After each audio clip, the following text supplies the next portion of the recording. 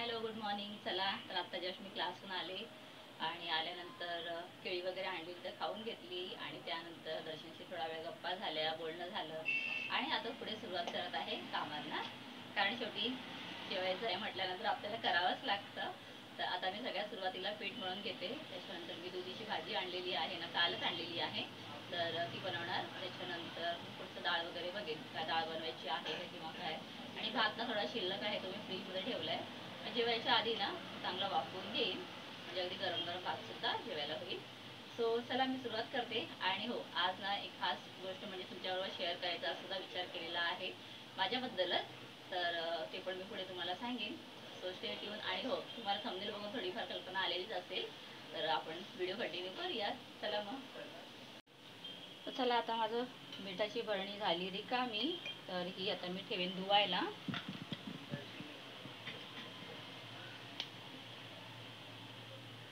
आणि याच्यामध्ये गव्हाचं पीठ आणि तांदळाचं पीठ दोन्ही एकत्र करून मी घेतलेलं आहे.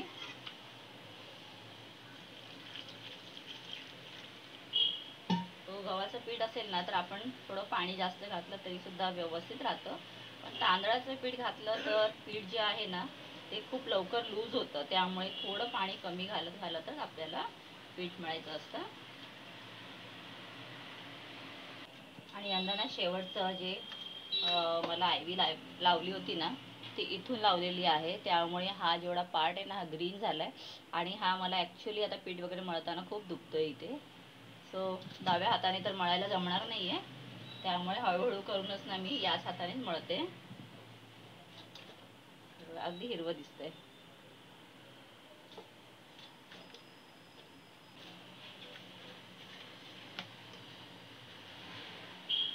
सो पीठ मळून झाल्यानंतर सगळ्यात आधी किचनचा ओटा क्लीन केला, कारण पूर्ण पीठ झाला होता. त्यानंतर आता एक वाटी घेतलेली आहे, याच्यामध्ये ना मी चिंच भिजत घालते. याचं महत्त्वाचं कारण असं आहे की आज मी टोमॅटो आणला नाही. क्लासून येताना पण मी अशीच आली, माझ्या लक्षातच राहिलं नाही. आणि साखर वगैरे घेतली आणि आली मी. तर आता स्वयंपाक करायला घेतला तर डोक्याला हात लावला, अरे देवा टोमॅटोच आणले नाही, मग आता काय करायचं. तर म्हटलं चला चिंच आहे ना तर ती भिजत घालूया. आणि आज डाळीमध्ये आणि जी भाजी वगैरे बनवणार त्याच्यामध्ये चिंच घालूया. म्हणून सगळ्यात आधी चिंच भिजायला ठेवली. तर आधी स्वच्छ धुवून घेतली एका पाण्यात, त्यानंतर भिजत ठेवली. कारण का कधी कधी ना शॉपमध्ये सुद्धा आपण चिंच जी आहे त्याच्यावरती माती वगैरे लागलेली असते, तर ते सगळं व्यवस्थित क्लीन होऊन जातं. तर आता मिठाचं बरणी धुवायला ठेवलेली आहे, तर मीठ आता काढायचं आहे ना, तर मी अशा प्रकारे कट करते. याचं बेनिफिट असं होतं की आपण जेव्हा मीठ भरणार त्याच्या आधी ना यूज केल्यानंतर आपण त्याला टाईटली बांधून ठेवू शकतो आणि मीठ वगैरे पडत नाही. आता इथे असं झालेलं आहे की माझं कुकर जे आहे ना त्याचं हँडल, तर पुढचा स्क्रू जो आहे ना कुठेतरी पडला आणि तो आता मला माहीत नाही कुठे. तर ना आत्तापुरतं मी काय करेन की मागचा जो स्क्रू आहे ना त्याला व्यवस्थित टाईट करून घेईन.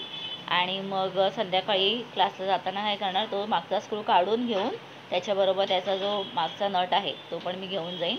आणि मग ते व्यवस्थित मापाने आणता येईल ना, म्हणजे व्यवस्थित हँडल राहणार. नाही तर हँडल ना लूज झालं की मध्ये कधी तुटून पडेल किंवा मग पुन्हा ते ब्रेक होईल, सांगता येत नाही.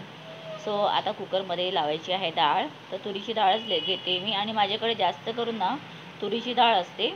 तर कधी कधी मी मुगाची डाळ किंवा मग लाल अशी मसूरची डाळ असते ना ती घेते, पण मसूरची डाळ तेवढी काही मी वापरत नाही. तर आता डाळीमध्ये ना मी थोडासा दुधी पण घालणार आहे, कारण दुधी चांगली असते आपल्या पायांसाठी, गुडघ्यांसाठी वगैरे. आणि उन्हाळ्याचे दिवस आहेत ना, तर उन्हाळ्याच्या दिवसामध्ये ज्या भाज्यांमध्ये म्हणजे पाण्याचं लिक्विड फॉर्म जास्त आहे अशा भाज्या खायला हव्यात. आणि दुधीमध्ये पाणी खूप असतं, कारण तुम्ही पहा दुधीची भाजी ना पाणी न घालता जरी आपण शिजवली तरी त्याला पाणी खूप सुटलेलं असतं. म्हणून दॅट इज व्हेरी इम्पॉर्टंट. आणि आता मी ना अशा सगळ्या भाज्यांवरती जरा फोकस करते. आणि होईल तेवढ्या भाज्यांमध्ये थोडं थोडं आपण घालून पण करू शकतो. जर तुमच्या घरी समजा मुलं दुधी वेगळं खात नाहीत, तर कोणती भाजी बनवताय त्याच्यामध्ये पाव तुकडा घाला, म्हणजे मुलांना कळतही नाही आणि गपचूप सगळ्यांच्या पोटातसुद्धा जातं. तर असे काही काही ट्रिक्स असतात ना, हे आपल्याला थोडं करावं लागतं, म्हणजे खोटेपणाने का होईना पण चांगलं मुलांना द्यावं लागतं. तर आता मी डाळीमध्ये सुद्धा घातलेलं आहे थोडंसं, आणि त्याच्यात हळद घातलं थोडं अगदी नावाला, आणि कढीपत्ता घातला, आणि ते आता शिजायला ठेवलेलं आहे. ते शिजेपर्यंत ना मी आता माझं पुढचं म्हणजे भाजी कापून ठेवणार. आणि झाल्या तर चपात्यासुद्धा करून घेणार, कारण ही भाजी ना मला परत त्याच कुकरमध्ये फोडणीला द्यायची आहे. म्हणजे एका कुकरमध्येच ना होईल तेवढं मी करते. आता भात आहे म्हणून माझ्याकडे, नाहीतर मी ना भात पण शेवटी भाजी काढल्यानंतर त्याच्यातच लावला असता. तर मस्त एकदम आपलं डाळ शिजली आहे. तर डाळीला आज मी एकदम लाल तिखट घालून बनवते. तर याला आम्ही आमटी म्हणतो, तुम्ही काय म्हणता प्लीज मला कमेंट करून सांगा. तर इथे लाल तिखट घातलं, मीठ घातलं, हळद ऑलरेडी घातलेली आहे. आणि आता जी चिंच आहे ना मस्त एकदम अशी पाण्यामध्ये भिजत ठेवलेली, ती छान भिजली पण आहे पहा. तर आता त्याला होईल तेवढं मस्त एकदम कसून घेते आणि त्याचं थोडं पाणी याच्यामध्ये मी घालेन आणि थोडी मी उरून पण ठेवणार आहे, कारण भाजीसाठी सुद्धा मला लागणार आहे. भाजीसाठी पण एकही टोमॅटो नाही आहे. आणि डाळीला लागणारं जे काय साहित्य आहे म्हणजे लसूण चेचून घेतलेले आहेत, कोथिंबीर कट करून ठेवली आहे, कढीपत्ता आणि थोडासा कांदा जो मी भाजीला कापला आहे ना त्यातला थोडासा मी इथे साईडला ठेवला आहे. कारण ही आता ना जरा भाजी वगैरे घातल्यानंतर ना एक सांबार टाईप त्याचा टेस्ट येतो, मग त्याच्यामध्ये कांदा असणं पण तेवढंच गरजेचं आहे. आणि असं पण बेसिकली मी जेव्हा बनवते ना डाळ वगैरे तर मी फोडणीमध्ये थोडा कांदा घालते, हे मला आवडतं म्हणून. तर तुम्ही जर घालत नसाल तर कधीतरी ट्राय करून बघा, खूप छान लागतो असा डाळीत घातलेला कांदा. आमच्याकडे आमटी बनवतात ना त्यात कांदा कोणीच घालत नाही. खोबरं वगैरे ना, खोबरं ओलं खोबरं जे असतं ते, लसूण, कढीपत्ता, काही जण जिरं घालतात आणि ते मिक्सरला ग्राइंड करून घेतात किंवा छानपैकी चेचून घेतात. पण मी ना तसं न करता मी ह्याच्यामध्ये थोडासा कांदा घालते. म्हणजे आपल्याला जसं टेस्ट आवडतं ना त्याच्यामध्ये थोडंसं चेंजेस करतो आपण. आणि कधी कोणी येणार असेल ना मग त्यावेळेला मी जरा मग जसं आपलं आहे रेग्युलर तर त्याच प्रकारे करते. तर पहा मस्त डाळ घोटून घेतली आणि फोडणी देते. तर फोडणीमध्ये मी इथे कोथिंबीर नाही, सुरुवातीला मी घातलेलं आहे मोहरी आणि जिरे घातले, त्यानंतर सगळं साईडला काढून घेतलेलं होतं ते सगळं घातलं आणि ह्याच्यामध्ये अर्धा चमचाभर मी हिंग घातली. आणि हिंग घालणं तेवढंच गरजेचं आहे, कारण तुरीची डाळ कधी कधी ना आपल्याला गॅस पोटामध्ये करते आणि त्याच्यामध्ये पोट फुगू शकतं, म्हणून थोडीशी हिंग कंपल्सरी घालायची. आणि छानपैकी मस्त बघा माझी आमटी आहे. तर आता ती आधी मी दुसऱ्या गॅसवर शिफ्ट करेन आणि ती शिजायला ठेवेन आणि तोपर्यंत या गॅसवर मी भाजी बनवायला घेईन. तर डाळ शिजली आहे ना, उकळ मस्त आली आणि चव पण छान झालेली आहे. आणि चिंच घातलेला आंबटपणा हा मस्त वाटत होता. आणि अशी आंबट आमटी असेल ना त्याच्याबरोबर गरम गरम भात आणि थोडीशी तुपाची धार तुम्ही खाऊन बघा, अप्रतिम. म्हणजे असं वाटेल की ह्याच्यापेक्षा सुंदर खाणं काहीच नाही आहे. तर माझं आता चाललेलं आहे भाजी वगैरे, तेवढ्यातच नम्रता पण आली आहे. आणि नमा आली की ना आम्ही 10-15 मिनटात लगेच जेवायला बसतो. तर शेवटचं एकच काम राहिलेलं आहे म्हणजे भाजीची फोडणी. तर आता कांदा वगैरे घातला, मसाले घातले, रेग्युलर जे मसाले आपले असतात ते. त्यानंतर त्याच्यामध्ये चिंच थोडीशी पिळून घेतली आणि भाजी आता कुकर लावून ठेवलेली आहे. आणि मिठाचं काम आता संपलं आहे म्हणून ते मस्त एकदम पॅक करून ठेवून दिलं, म्हणजे आता दुपारच्या भांड्यांमध्ये भरणी घासणार त्यावेळेला ते भरायला होईल. तर आता थोडीफार भांडी पडली आहेत ना तेवढी मी घासते. त्यासाठी मी आणलेला आहे काळा साबण. तर त्याच्याने ना भांडी खूप चकचकीत आणि छान होतात. म्हणून मग आता सगळ्यात आधी फक्त कुकर घासून घेतला.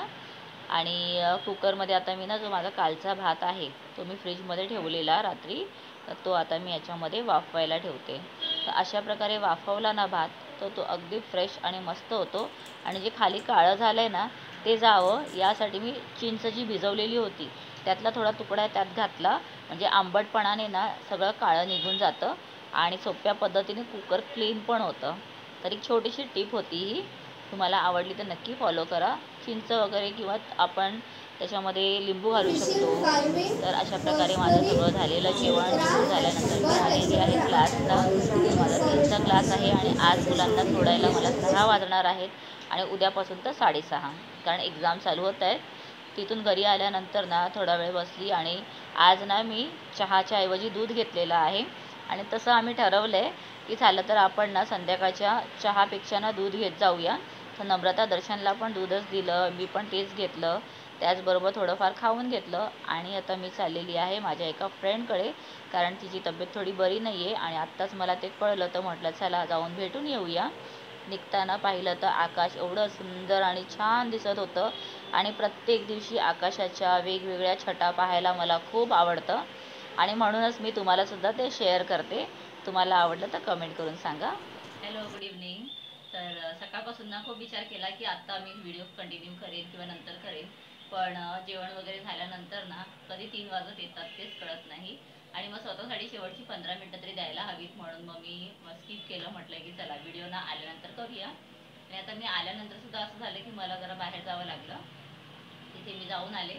आता आल्यानंतर घरी पण कोणी नाही आहे, तर निवांत मी बोलू शकते. कारण 1 RK रूम असल्यामुळे ना हे सुद्धा प्रॉब्लेम्स असतात. जेव्हा आपल्याला व्हिडिओज बनवायचे असतात त्यावेळेला ना की स्पेस मिळत नाही असा, आणि त्यामुळे सुद्धा ते राहतं.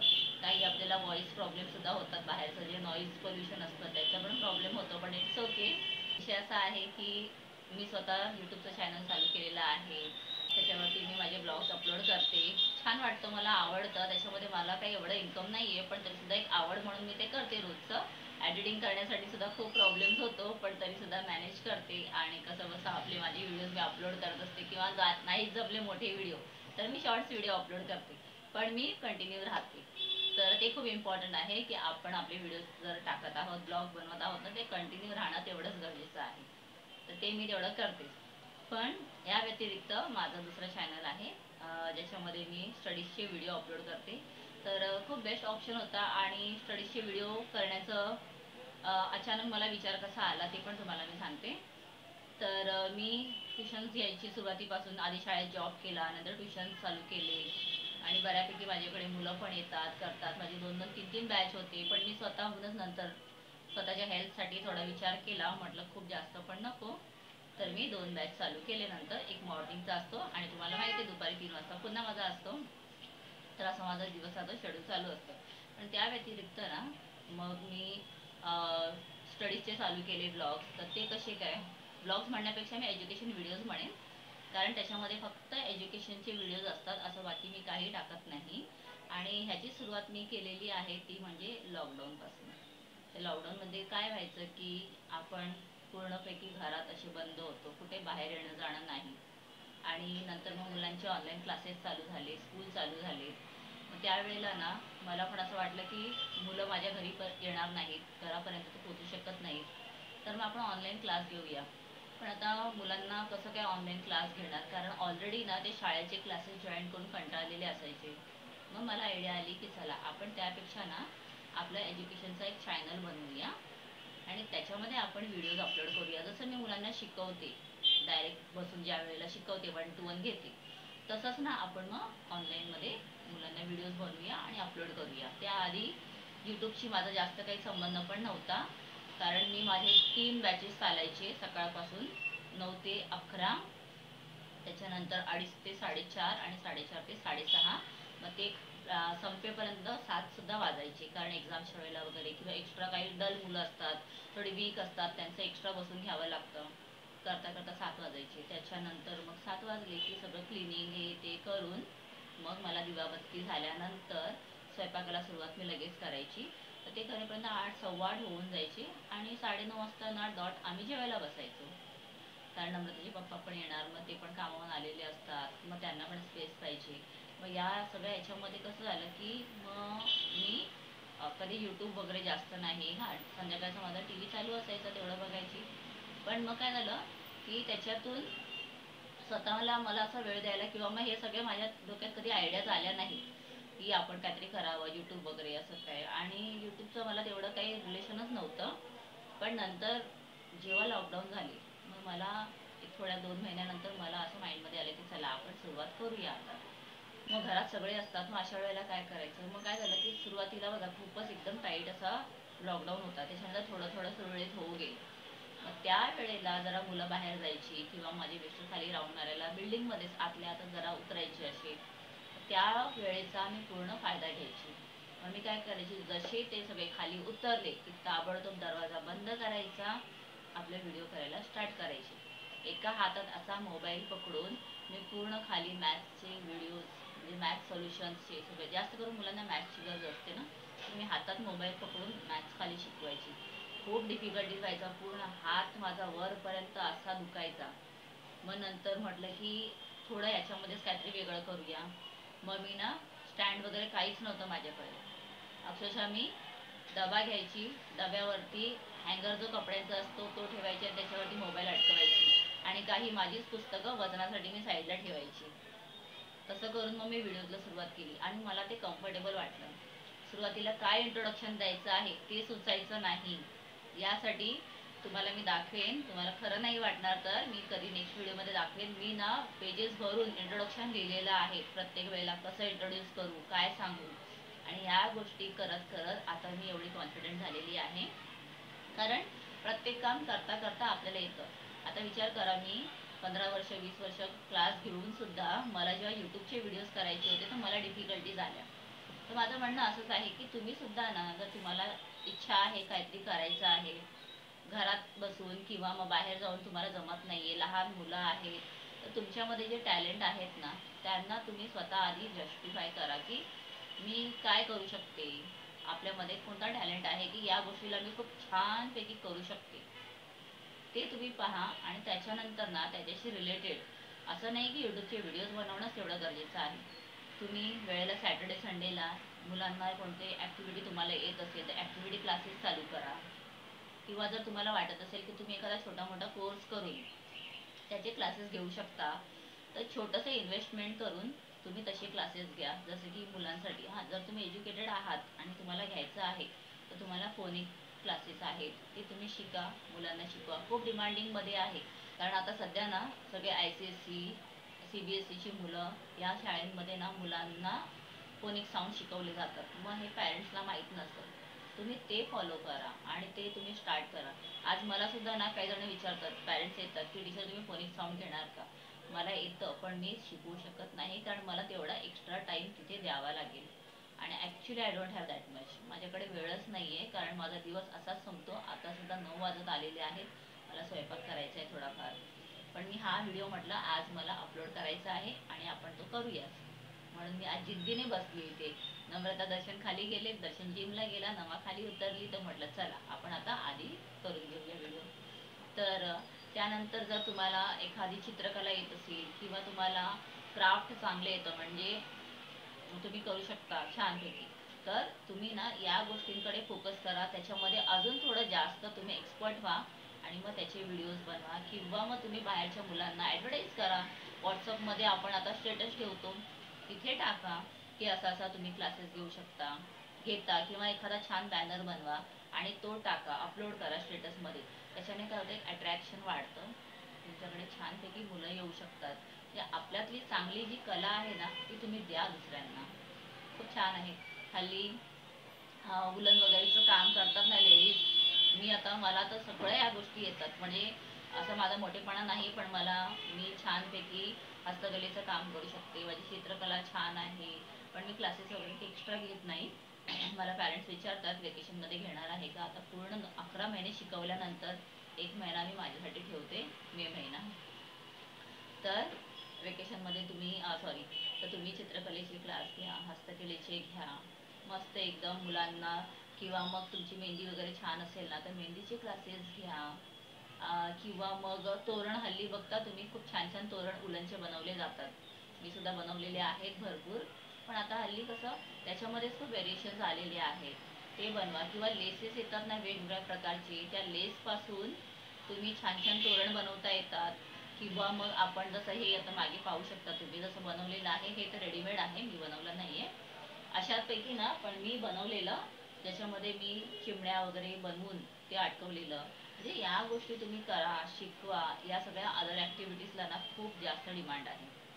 किंवा मग तुम्हाला छान कोणता, तुम्ही आधी एखादा तायक्वांडो केला असेल, कराटे क्लासेस केला असेल, लहान असताना तुम्ही केला असेल, तर त्याची क्लासेस घ्या. खूप छान आहे. तुम्ही घरी बसून ना 10-15 हजार आरामात घेऊ शकता. आता माझा जो दुसरा चॅनल आहे ना, त्याच्यामध्ये माझं बऱ्यापैकी इन्कम येतं.